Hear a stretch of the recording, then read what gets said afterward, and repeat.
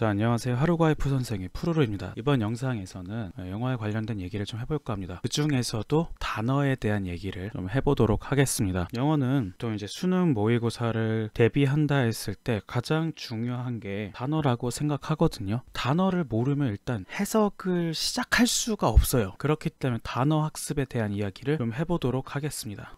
기본적인 중학 수준의 단어를 모른다고 하시는 분들은 지금 제가 얘기하는 내용을 따르기보다 우선적으로 기초수준 이상의 단어 암기를 해 놓으시고 나서 그 다음부터 제가 얘기하는 거를 조금 참고하시면 좋을 것 같아요. 영어 단어를 조금이나마 좀 효율적으로 학습하는 방법, 이거에 대해서 이야기를 좀 진행해 보도록 하겠습니다. 단어를 조금 분류를 해 볼게요. 자, 이 부분은 뭐 절대적인 부분은 아니지만 제가 생각했을 때 단어가 세 가지 정도로 분류를 할 수 있다 봐요. 첫 번째, 직관적인 단어. 직관적인 단어. 두 번째, 기본 의미를 가진 단어, 뉘앙스를 가진 단어. 세 번째, 조합된 단어. 이렇게 좀 세 가지로 분류를 하고 싶어요. 자, 그럼 얘네가 어떤 것들이 있냐. 예를 들어 직관적인 단어 같은 경우는 한마디로 단답형, A는 B다, 이런 식으로 뜻이 단답형으로 제시될 수 있는 단어들이 있겠죠. 자, 그리고 지금 뉘앙스를 지닌 단어 하나의 중심이 되는 큰 뜻이 있어요. 자, 세 번째, 조합된 단어라는 거는 어떤 단어랑 단어가 붙여지던가 섞여서 새로운 의미를 형성했을 때 이렇게 세 가지로 분류를 할 수 있을 것 같습니다. 간단하게 예시를 좀 살펴보면은 직관적인 단어는 지명 같은 고유명사도 여기에 해당될 수 있고요. 뜻이 하나밖에 없다라고 판단할 수 있는 단어들, 그게 이제 직관적인 단어에 포함될 거고요. 그러니까 기본 의미가 있는 뉘앙스가 있는 단어는 그 하나의 뜻을 가지고 여러 가지 뜻의 의미가 파생될 수 있는 단어들. 조합된 단어는 한마디로 그냥 기존에 있던 단어가 두 개 섞인 거예요. 실제로 보면은 뭐 subterranean이라는 이 단어는 지하 이런 의미가 있는데 서브가 약간 밑에, 테라닌이 지층이라는 의미가 있으니까 그게 합쳐져서 지하라는 의미가 새로 만들어지게 된 거죠. 이렇게 좀 구분을 할 수 있습니다. 자, 그러면 이제 어떻게 학습을 하면 좀 더 효율적인가? 첫 번째, 뉘앙스를 파악하자입니다. 큰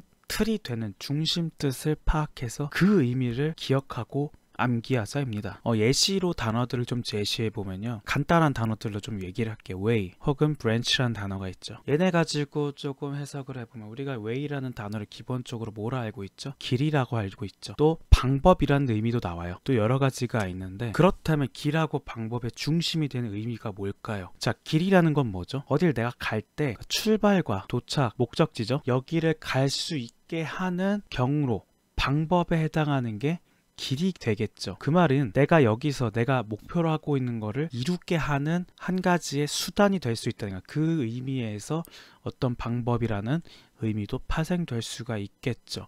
자, 그리고 branch란 단어를 살펴보면은 기본적으로 나뭇가지, 나무의 가지를 의미하는 단어로 다들 알고 있을 거예요. 자, 근데 이게 분점, 지점이라는 뜻도 가지고 있어요. 자, 그러면 여기서는 나뭇가지의 모양을 한번 봅시다. 중심, 줄기가 있고 거기서 나뭇가지가 이렇게 뻗어가 있는 모양이 되죠. 자, 그러면은 어떤 지점, 은행의 어떤 지점을 생각해 봅시다. 어떻게 돼요? 본점이 있고 밑에 지역별 지점들이 산재에 있는 모양으로 조직도가 그려지겠죠. 아, 그 말은 뭐냐? branch란 단어는 어떤 한 중심이 되는 줄기에서 뻗어나가 있는 것들이 branch라고 불리는구나, 이런 중심 의미를 파악할 수가 있다는 겁니다. 한 가지 예를 더 한 번 더 얘기를 해볼게요. sterile. 자, 의미로 하면은 척박한, 즉 생물이 자랄 수 없는 그런 의미가 있죠. 자, 근데 이거의 의미가 특정 경우에 따라서는 어떤 의미도 있냐? 난임해, 그러니까 임신이 되기 어려운 그런 의미를 가지고 있어요. 어떻게 연결을 지을 수 있을까요? 두 뜻을. 자, 척박한이라는 거는 땅에 쓰인, 그 말은 땅에서 생명체가 자라기 어렵다, 이런 의미가 있죠. 이 의미를 사람의 상태로 가져와서 쓴다면은 몸 안에서 새로운 생명체가 자라기 어려운 상태, 아기가 생기기 어려운 상태, 즉 임신이 어려워진다 해서 난임이란 뜻을 파생시킬 수가 있는 겁니다. 중심 뜻은 생명체가 자라기 어려운 상태라는 거를 잡고 가면은 여러 가지 뜻을 따로따로 외우지 않고 그 내가 보는 문장에 따라서, 문맥에 따라서 다양하게 의미를 파생시킬 수가 있다는 겁니다. 자, 그러면은 또 다른 이야기를 또 해보겠습니다. 두 번째, 예문을 익히자입니다. 자, 보통 다들 단어 암기를 할 때 단어가 이렇게 써 있으면 오른쪽에 뜻 단답 형식으로 많이들 외우시죠. 그러다 보면은 실제 실제 지문에서 이 단어가 쓰였을 때 내가 이 뜻으로 알고 있는데 해석이 안 될 때도 반드시 나옵니다. 그렇기 때문에 단어장이든 사전이든 예문이라는 게 있어요. 실제 문장에서 이 단어가 어떤 의미로 쓰였는지를 보여주는 예시라고 보면 됩니다. 문장을 두세 개 정도 읽어보고 해석을 해보는 걸 한다면은 실제 이런 뜻으로도 쓰이고 이런 의미로도 쓰일 수 있겠구나라는 거를 익힐 수 있겠죠. 근데 물론 이 과정이 쉬운 게 아니에요. 시간도 많이 걸리고 이렇게 학습을 하기 좀 부담스러우실 거예요. 하지만 꼭 이 예문을 읽어보고 해석해보는 걸 추천드립니다. 단순히 얘는 이 뜻이라고 파악하는 것보다 뉘앙스를 파악하기도 더 수월할 뿐더러 어떻게 용법이 쓰인지까지 파악이 가능하기 때문이죠.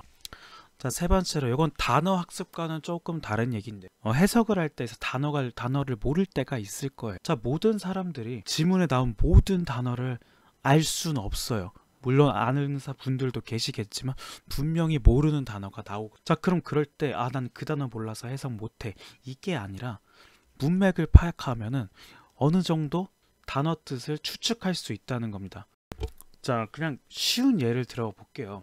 한글로 한번 써볼게요. 나는 땡땡에 간다. 자, 그러면은 여기서 한글로 쓰였지만 지금 빈칸이 있죠. 여기 동그라미로. 자, 단어를 모른다고 가정을 한 거예요. 여기서 우리가 추측해 볼 수 있는 건 뭐죠? 땡땡은 뭐일 거죠? 어떤 장소거나 건물일 수도 있고 어떤 목적지일 수도 있고 이렇게 추측이 가능하겠죠. 그러면은 만약에 이 문장 앞뒤로 학업에 관련된 내용이 나왔어. 그럼 이 장소가 학교거나 학원이거나 혹은 도서관 이런 장소로 조금 범위를 줄일 수가 있겠죠. 자, 이런 식으로 단어를 모른다고 했을 때 나머지 요소들, 앞에 나와 있는 이런 요소들 가지고 뜻이 모르는 단어에 대해서 어느 정도 추측이 가능하다는 이야기입니다. 자, 이런 능력을 연습을 하다 보면은 모르는 단어가 나와도 당황하지 않고 어느 정도 경험에 기반을 해서 단어 뜻을 유추해 볼 수 있는 능력이 생깁니다. 단어 학습에 대한 이야기를 좀 간단하게 해봤어요. 물론 좀 더 할 이야기들이 많긴 한데 영상이 너무 길어지면 지루하실 테니까,